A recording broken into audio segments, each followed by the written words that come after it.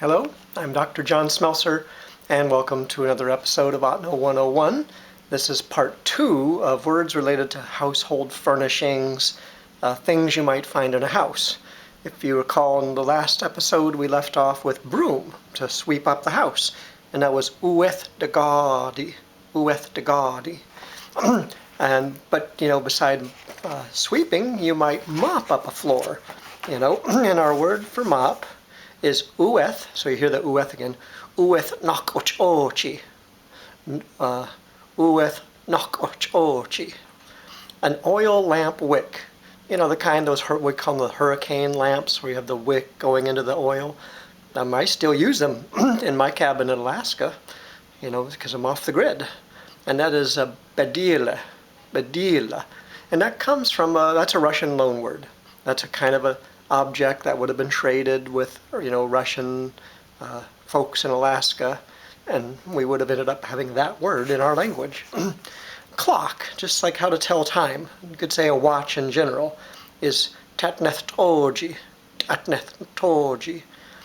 Some say deltlagi, and there's even some say just chessy, which is a Russian loanword again.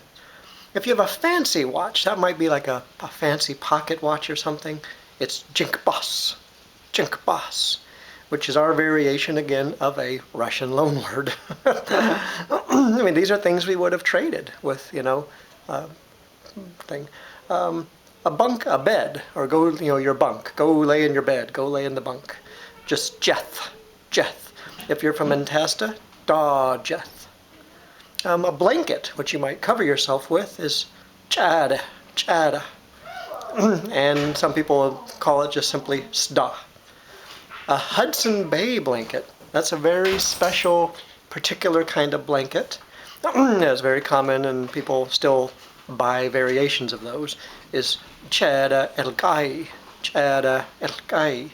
Basically just means white blanket. And we'll finish with just, if you have fabric or tapestry that is printed, it's not just one color, it has images on it, that's chikosda. One word. Oh, yeah, okay. All right, well, thank you for joining me for this episode of Ahtna 101.